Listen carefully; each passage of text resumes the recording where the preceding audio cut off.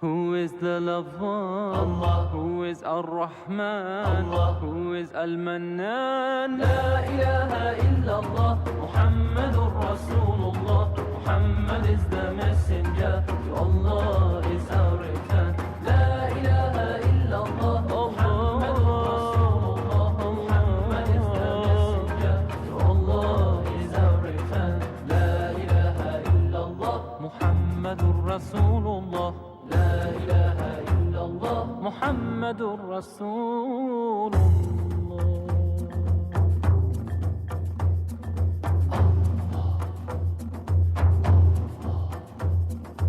الله أكبر الله أكبر الله أكبر الله أكبر. All praise is due to the one and only. He is the master of all creation.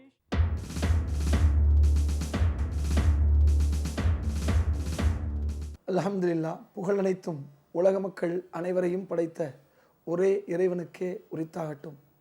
சாந்தியும் சமாதானமும் நபிகள் நாயகம் ஸல்லல்லாஹு அலைஹி வஸல்லம் அவர்கள் மீதும் இந்த விவரங்களை கேட்கக்கூடிய உங்கள் அனைவர் மீதும் உண்டாகட்டும். அல்லாஹ்வும் ரசூலும் கட்டளையிட்ட வகையில் ஜக்காத்தை கூட்டு முறையில் தான் கொடுக்க வேண்டும். அந்த கூட்டு முறையில் கொடுப்பது மட்டுமல்லாது அதை விநியோகிப்பது எவரவருக்கு அல்லாஹ் சொல்லியிருக்கிறானோ அவருக்குத்தான் கொடுக்க வேண்டும். வசூல் செய்வதும் கொடுப்பதும் அல்லாஹ்வும் ரசூலும் சொன்ன வழியில் செய்தால்தான் அது முழுமையான ஜக்காத்துடைய நன்மையை நமக்கு தரும். நமது விருப்பப்படி ஜக்காத்தை நமது இஷ்டத்துக்கு விநியோகிப்பது பிச்சைக்காரர்களை உருவாக்கக்கூடிய ஒரு நிலையைத்தான் ஏற்படுத்தும். ஆக அல்லாஹ்வும் ரசூலும் எதிர்பார்த்த வகையிலே ஐம்பெரும் கடமைகளில் மிக முக்கியமான ஒரு கடமையாகிய பொருளாதார கடமையாகிய இந்த ஜக்காத்தை நாம் முறைப்படுத்த வேண்டும் என்பதற்காகத்தான் தமிழகமெங்கும் இங்கே பைத்துல் மால்களை உருவாக்கி கொண்டிருக்கிறோம். அடுத்து இந்த பைத்துல் மால்கள் இரண்டாவது எப்படி உருவாக்குவது, எப்படி ஒவ்வொரு ஜமாத்துகளும் தங்களுக்குள் பைத்துல் மாலை ஏற்படுத்துவது என்ற விவரத்தை நீங்கள் நேற்று கவனித்திருப்பீர்கள். ஆக இந்த அடிப்படையில் நீங்கள் உருவாக்கலாம் அல்லது உங்களுடைய வழியிலேயும் நீங்கள் உருவாக்கலாம். ஏனென்றால் நபிகள் நாயகம் ஸல்லல்லாஹு அலைஹி வஸல்லம் அவர்கள் தெளிவாக சொல்லியிருக்கிறார்கள், மன் சன்ன சுன்னத்தன் ஹசனா, யார் புதிய நடைமுறையை நல்ல நடைமுறையை உருவாக்குகிறார்களோ அவர்களுக்கு அதற்கான கூலி உண்டு. அதை யார் பின்பற்றுகிறார்களோ அந்த பின்பற்றுபவர்கள் செய்யக்கூடிய நன்மையும் இதை செய்தவர்களுக்கு உண்டு என்று சொல்லியிருக்கிறார்கள். அந்த அடிப்படையில் இது போன்ற நடைமுறைகள் ஏற்கனவே இல்லை என்றாலும் நீங்களே ஒவ்வொரு ஊருக்கும் தகுந்தபடி நீங்கள் ஏற்பாடு செய்து கொள்ளலாம் என்பதையும் நாம் பார்த்தோம். அடுத்தபடியாக பைத்துல் மாலிலே ஒரு கூறு வட்டி இல்லாத கடன் வழங்கக்கூடிய ஒரு அமைப்பு. அதை நீங்கள் வட்டி இல்லாத பைத்துல் மால் என்று சொல்லலாம் அல்லது கடன் வழங்கும் பைத்துல் மால் என்று சொல்லலாம்.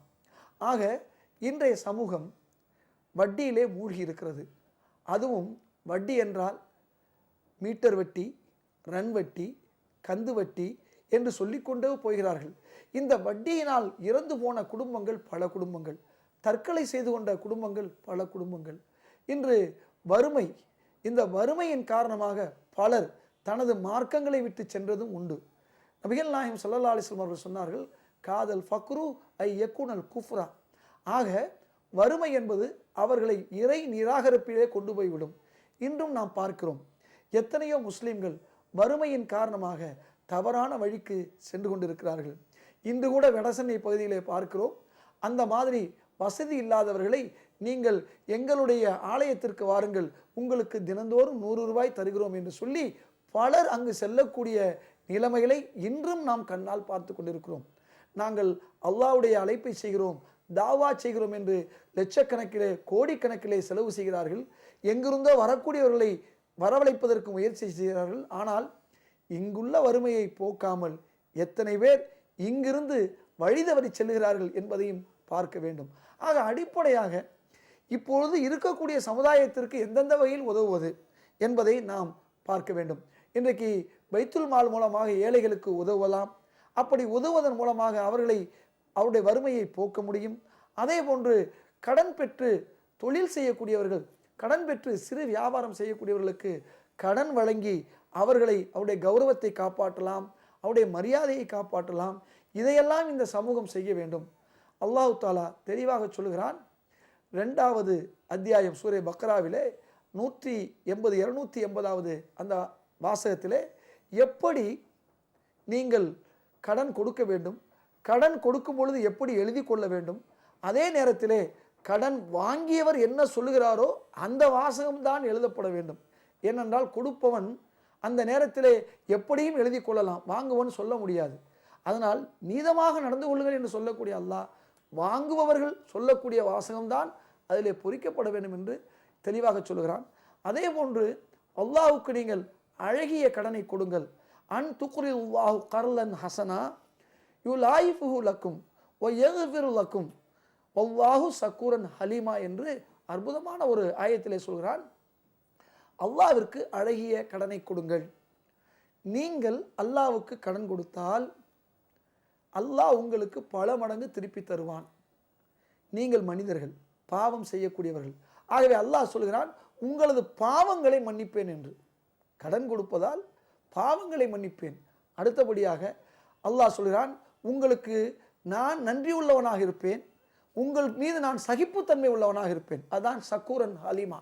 அல்லாஹ் தனது சிஃபத்தை அந்த இடத்திலே சுட்டி காட்டி, ஆக கடன் கொடுப்பவர்களுக்கு 4 வகையான நன்மைகளை செய்கின்றான். இன்று உலகத்திலே நாம் யாருக்காவது கடன் கொடுத்தால், அவர்கள் திருப்பி கொடுத்தால் நாம் மகிழ்ச்சி அடைவோம். கொடுக்கவில்லை என்றால் வருத்தம் மட்டுமல்ல, தீராத பகையும் கூட. ஆக அல்லாஹ்வுக்கு கடன் கொடுக்கும் பொழுது எவ்வளவு ஒரு அற்புதமான நிலை வருகிறது. இந்த அல்லாஹ்வுக்கு கடன் என்பது, நீங்கள் அழகிய கடன் என்பது ஏழைகளுக்கு இலவசமாக கொடுப்பதும், அதே நேரத்தில் ஜக்காத்து பொருள்களை நீங்கள் ஒரே அடியாக கொடுக்கும் பொழுது அவர்கள் எடுத்து சென்று விடுவார்கள். அதே ஜக்காத்து பொருளை கடன் மூலமாக வழங்கும் பொழுது மீண்டும் மீண்டும் பல ஏழைகளுக்கு கடன் கொடுக்கக்கூடிய ஒரு வாய்ப்பு கிடைக்கும். ஆக இதை எப்படி வேண்டுமென்றாலும் நாம் எடுத்துக்கொள்ளலாம். New appointment. Yes sir. எனக்கு இந்த நடக்காது, முடியாது, ரொம்ப ரொம்ப டிஃபிகல்ட், இம்பாசிபிள் இதெல்லாம் பிடிக்காது. Okay sir. your first job இதெல்லாம் கொரியர் பண்ணணும். this goes to New York, this goes to Delhi. ஊரல் பட்டி இது முடியாது இல்ல? முடியும் சார். ஏய், அது எப்படி முடியும்? no no no no, it's highly impossible. சான்ஸே இல்ல, நடக்காது. ST Courier reaches where even other couriers don't. oh, delivered, good. B.S. Abdur Rahman University is the dream of Al-Hajj B.S. Abdur Rahman. B.S. Abdur Rahman University.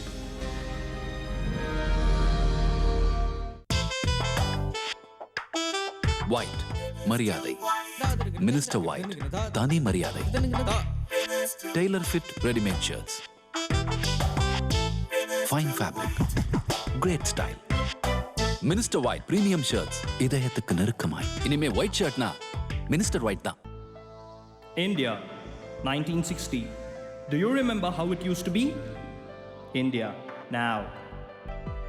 And comfort. Parveen Travels, one-stop shop for all your travel needs. Trendsetters since 1980.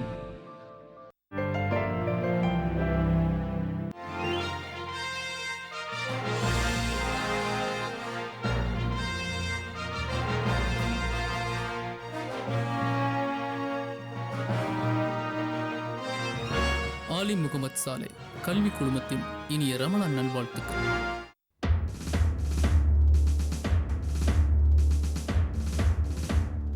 இந்த கடன் என்று சொல்லக்கூடிய ஒரு நிலைமை இன்று வங்கிகள், உலகெங்கிலும் உள்ள வங்கிகள், வட்டியால் வெற்றி பெற்று விடுவோம் என்று சொல்லக்கூடிய பல வங்கிகள் தோற்ற வரலாறும் நாம் பார்க்கின்றோம்.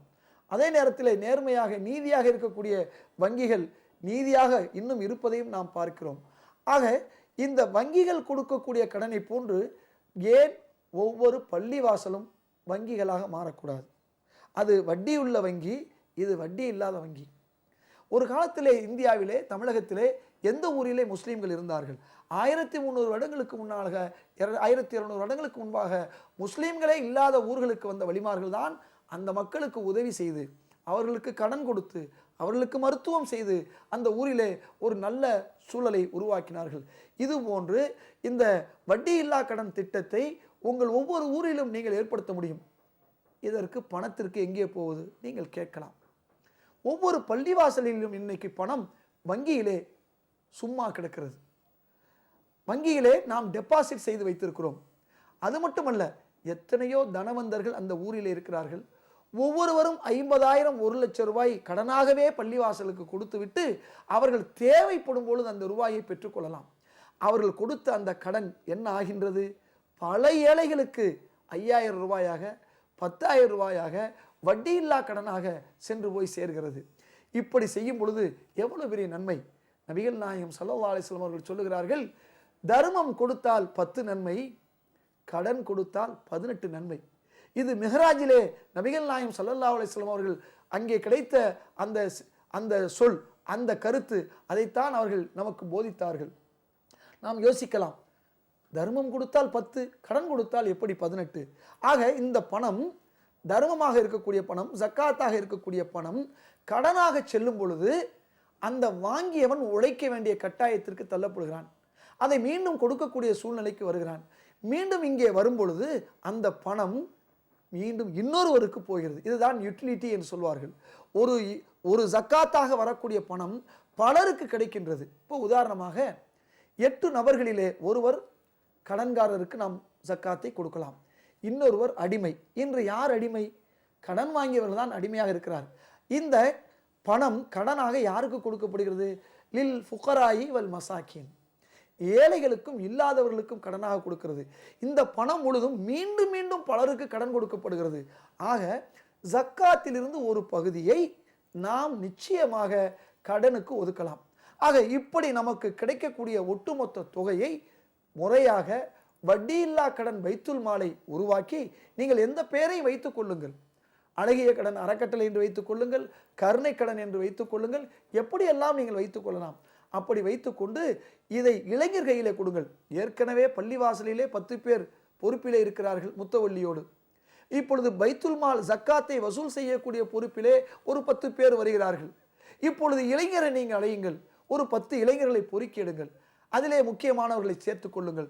சேர்த்து கொண்டு அடகு வைத்துக்கொண்டு, இதோ நம் மக்கள் நகையை அடகு வைத்துத்தான் கடன் பெறுகிறார்கள். அப்ப நகையை இங்கேயும் அடகு வைத்துக்கொண்டு கடன் பெறலாம். தனிநபர் சூரிட்டிலே, தனிநபருடைய ஜாமீனிலும் நாம் கொடுக்கலாம். ஆக அந்தந்த பகுதியிலே இதை போன்று கொடுக்க ஆரம்பித்து விட்டால் பல ஊர்களிலே இன்று தமிழ்நாட்டிலே லால்பேட்டையிலே அல்ஜமா பைத்துல் மால் செய்கிறது, கூத்தாநல்லூரிலே பைத்துல் மால் அற்புதமாக செய்கிறது. இப்படி தமிழ்நாட்டிலே பல பைத்துல் மால்கள் அழகிய கடனை, வட்டி இல்லா கடனை கொடுக்கிறது. ஒன்றை புரிந்து கொள்ள வேண்டும், அல்லாஹ் சொல்கிறான் எர்ஹமுக்குல்லாஹ் ரிபா, அல்லாஹ் வட்டியை ஒழிப்பேன் என்று சொல்கிறான். அல்லாஹ் எப்படி நேரடியாக வந்து ஒழிப்பான்? நம்மை பார்த்து நம் மீது நம்பிக்கை கொண்டு அல்லாஹ் இந்த வார்த்தையை சொல்கிறான். ஆக ஒழிக்க வேண்டியவர்கள் நாம் தான். நாம் ஒழித்தால் அல்லாஹ் மகிழ்ச்சி அடைவான். அல்லாஹ்வுடைய வேலையை நாம் செய்யும் பொழுது நம்முடைய வேலைகளை அல்லாஹ் இலகுவாக ஆக்கி விடுவான். ஆகவே வட்டியை அல்லாஹ் ஒழிக்கின்றான் என்ற சொல்லை உண்மைப்படுத்த வேண்டும் என்றால் நீங்கள் ஒவ்வொரு ஊர்களிலும் நாங்கள் பள்ளிவாசல் முத்தவள்ளிகளாக இருக்கிறோம், தலைவர்களாக இருக்கிறோம் என்று பெருமைப்படுவதை விட்டுவிட்டு அல்லாஹ் சொன்ன வட்டியில்லா கடனை, ஏழைகளுக்கு கடன் கொடுக்கின்ற இந்த அமலை, இந்த செயலை நீங்கள் செய்வீர்கள் என்றால் அல்லாஹ் உங்களை பிரியப்படுவான். நாம் நம்முடைய நடவடிக்கைகள் மூலமாக, அமல்கள் மூலமாக அல்லாஹ் மீது நாம் பிரியப்படுகிறோம். ஆனால் இது போன்ற சமூக காரியங்களை, ஏழைகளுக்கு உதவக்கூடிய காரியங்களை செய்தால் அல்லாஹ் உங்கள் மீது பிரியப்படுவான். ஆக ஒவ்வொரு முத்தவள்ளிகளும், ஜமாத் தலைவரும், ஊரில் முக்கிய பிரமுகம் எப்படி ஜக்காத்தை வசூல் செய்யக்கூடிய பைத்துல் மாலை நீங்கள் உருவாக்குறீர்களோ அதே போன்று இந்த வட்டியில்லா கடன் பைத்துல் மாலையும் உருவாக்க வேண்டுமாய் கேட்டு எல்லோரும் எல்லாம் பெற வேண்டும் என்ற அந்த வார்த்தையோடு நிறைவு பெறுகிறேன். அஸ்ஸலாமு அலைக்கும் வரஹ்மத்துல்லாஹி வபரகாத்துஹு.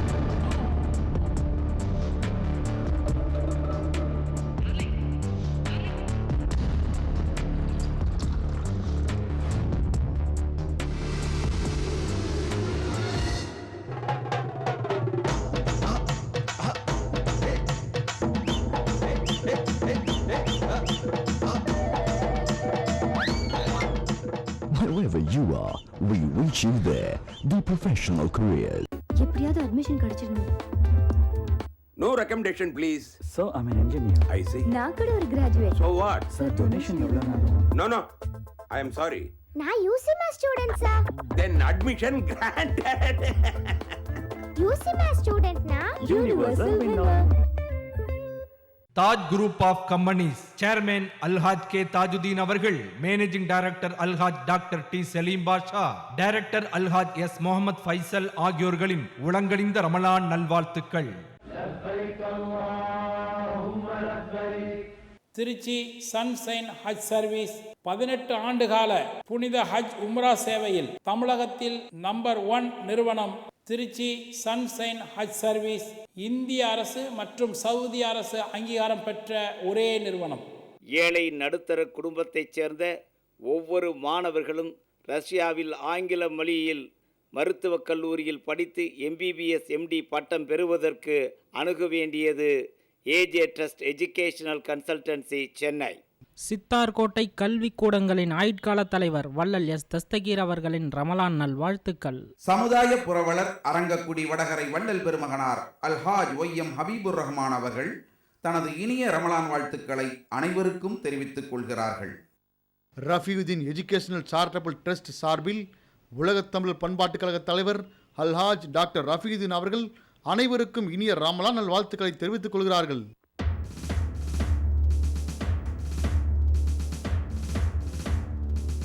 நபிகள் நாயகம் ஸல்லல்லாஹு அலைஹி வஸல்லம் அவர்கள் இந்த உலகத்தினுடைய அருட்கொடையாக ரஹமத்துல் ஆலமீனாக அவதரித்திருக்கின்றார்கள். நபிகள் நாயகம் ஸல்லல்லாஹு அலைஹி வஸல்லம் அவர்களை பற்றி நமது முஸ்லிம் மக்களுக்கு நபியாக இருக்கக்கூடியவர், மற்ற மதத்தினர் மற்ற மதங்கள் நபிகள் நாயகம் ஸல்லல்லாஹு அலைஹி வஸல்லம் அவர்களை பற்றி மற்ற மதங்கள் என்ன சொல்கிறது, அதே போன்று நபிகள் நாயகம் ஸல்லல்லாஹு அலைஹி வஸல்லம் அவர்களுடைய வருகையை பற்றி, அவருடைய வாழ்க்கையை பற்றி மற்ற வேத நூல்கள், இந்து மத நூல், கிறிஸ்துவ மத நூல், நபிகள் நாயகத்தினுடைய சிறப்பு என்ன, உயர்வு என்ன என்பதை பற்றி நமக்கு நமது அருமை சகோதரர் SM ஹிதாயத்துல்லா அவர்கள் விளக்கமாக சொல்லுவார்கள். நபிகள் நாயகம் ஸல்லல்லாஹு அலைஹி வஸல்லம் அவர்கள் உலக மக்கள் அத்துணை பேருக்கும் அருட்கொடை என்று சொல்லுகிறார்களே, ரஹமத்துல்லில் ஆலமீன் என்று சொல்லப்படுகிறார்களே, அப்படி என்றால் பிற வேதங்களிலும் அவர்களை பற்றிய குறிப்புகள் இருக்க வேண்டும் என்ற வினா நிறைய பேருக்கு உண்டு. முதல்ல திருக்குரானில் நபிகள் நாயகம் ஸல்லல்லாஹு அலைஹி வஸல்லம் அவர்களை பற்றி இறைவன் சொல்லும் பொழுது என்ன சொல்கிறான் என்பதை நம்ம பார்க்கணும்.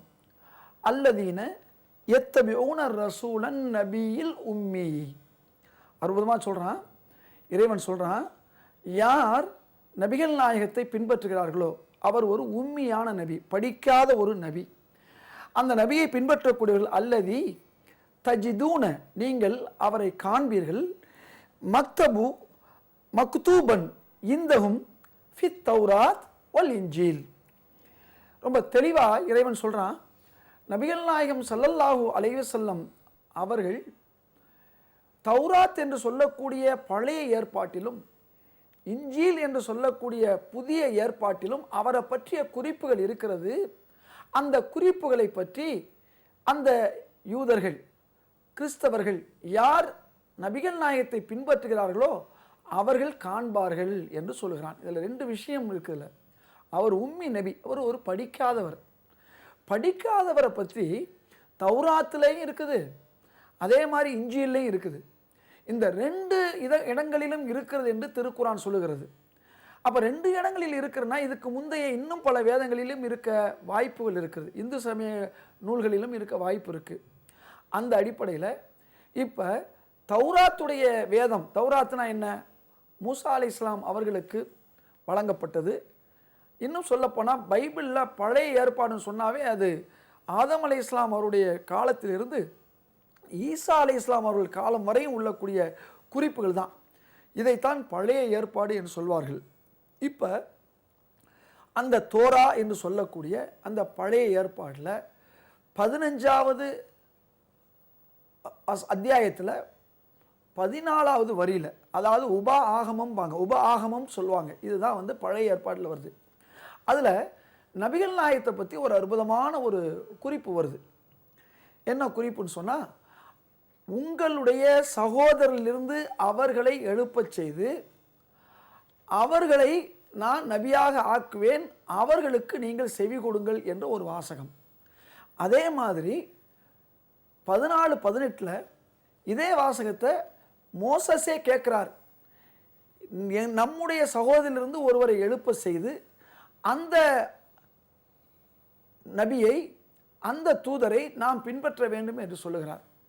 அப்போ பழைய ஏற்பாடு ரொம்ப தெளிவாக இன்னும் பல விஷயங்கள் இருக்குது. எப்படின்னா திருக்குறானில் நாம் எதையெல்லாம் சாப்பிட வேண்டும், எதை சாப்பிடக்கூடாதுன்னு சொல்கிறோமோ அது அப்படியே பழைய ஏற்பாடில் வருது. என்னென்ன திருக்குறானிலே முக்கியமான பொதுவாக மக்கள் பின்பற்றப்பட வேண்டிய விஷயங்களிலும் பழைய ஏற்பாடில் வருது. ஆனால் இன்றைக்கி அவர்கள் அதை செய்கிறதில்லை. இன்றைக்கி பார்த்தால் பன்றிக்கறி சாப்பிடக்கூடாது என்று பைபிளில் இருக்குது, சாப்பிட்றாங்க. இரத்தத்தை சாப்பிடக்கூடாதுன்னு இருக்குது, சாப்பிட்றாங்க. ஆக நம்ம எப்படி முஸ்லீம்கள் பெரும்பாலோர் திருக்குரானை முழுமையாக பின்பற்றாமல் இருக்கின்றோமோ, முஸ்லீம் என்று பேர் தாங்கி இருக்கிறோமோ, இதுதான் மற்ற மதங்களிலும் உள்ள நிலைமை. நம்ம இதை சொல்கிறதுலேருந்து வெக்கப்பட வேண்டிய அவசியம் இல்லை. ஏன்னா முஸ்லீம்களாக இருக்கிறார்கள், ஆனால் இஸ்லாம் அவரிடம் இருக்கிறதா என்றால் இல்லை. இப்படித்தான் மற்ற மதங்களிலும் இந்த சூழல். இதை உருவாக்குவதற்கு தான் இது போன்ற கலந்துரையாடல். ஆக இந்த சொன்னல உங்களுக்கு பழைய ஏற்பாடு, ஆமாம், அந்த பழைய ஏற்பாடுல மட்டுமல்ல, ஆமாம் தௌராத்தில் இருக்குது. ஆமாம், அதே போன்று புதிய ஏற்பாடு. இப்போ பழைய ஏற்பாடு தௌராத்தை பின்பற்றக்கூடிய மதம் எது? யூத மதம். யூதர்கள் பின்பற்றுகிறார்கள். இப்போ நீங்கள் கேட்கலாம் கிறிஸ்தவத்தில் இருக்கான்னு கேட்கலாம். கிறிஸ்துவ மதத்தில் புதிய ஏற்பாடு இல்லையா? ஆமாம், புதிய ஏற்பாடு பைபிள். ஆமாம், அதில் என்ன சொல்லப்பட்டிருக்கு? இது அற்புதமாக புதிய ஏற்பாடில் யோவான் என்று சொல்லக்கூடிய அந்த விஷயத்தை ஒன்று விஷயம் நல்லா தெரிஞ்சுக்கணும். பைபிளை நீங்கள் போய் படித்து பார்த்தீங்கன்னா எங்கேயெல்லாம் ஈசா அலைஹிஸ்ஸலாம் என்று வழங்கப்படக்கூடிய ஜீசஸ் அவர்கள் நேரில் பேசுகிறார்களோ அவையெல்லாம் பெரும்பாலும் உண்மையாக இருக்கும். ஏறத்தாழ நபிகள் நாயகம் ஸல்லல்லாஹு அலைஹி வஸல்லம் என்ன சொன்னார்களோ, திருக்குரான் என்ன சொன்னதோ அந்த வாசகங்கள் இருக்கும். அவர் அல்லாமல் சொல்லப்படக்கூடியதற்கு கொஞ்சம் வித்தியாசம் இருக்கும். அதில் அற்புதமாக சொல்லப்பட்டிருக்குது. யோவானில் ஜீசஸ் சொல்கிறாரு 14 அத்தியாயத்தில் 16வது ஸ்லோகத்தில், நான் பிதாவை வேண்டிக் கொள்வேன், சத்தியவானாகிய வேறொரு தேற்றரவாளரை அனுப்பும்படி நான் கேட்டுக்கொள்வேன் என்று சொல்லுகிறார். இதே மாதிரி அதே யோவானில் 14 26 நான் என்னுடைய பிதாவை வேண்டிக் கொள்வேன், அவர் சத்தியவானாகிய ஒரு தேற்றரவாளை உங்களுக்கு அனுப்புவார் என்று சொல்லுகிறார். இன்னும் யோவான் 16 நீங்கள் எடுத்துக்கிட்டீங்கன்னா இன்னும் அற்புதமாக இருக்கும். அந்த 16 இருக்கக்கூடிய அந்த அத்தியாயத்தில் பெரும்பாலும் வருது, நான் போவது உங்களுக்கு பிரயோஜனமாக இருக்கும், நான் போகாவிட்டால் எனது சகோதராகிய தேற்றரவாளர் வரமாட்டார்.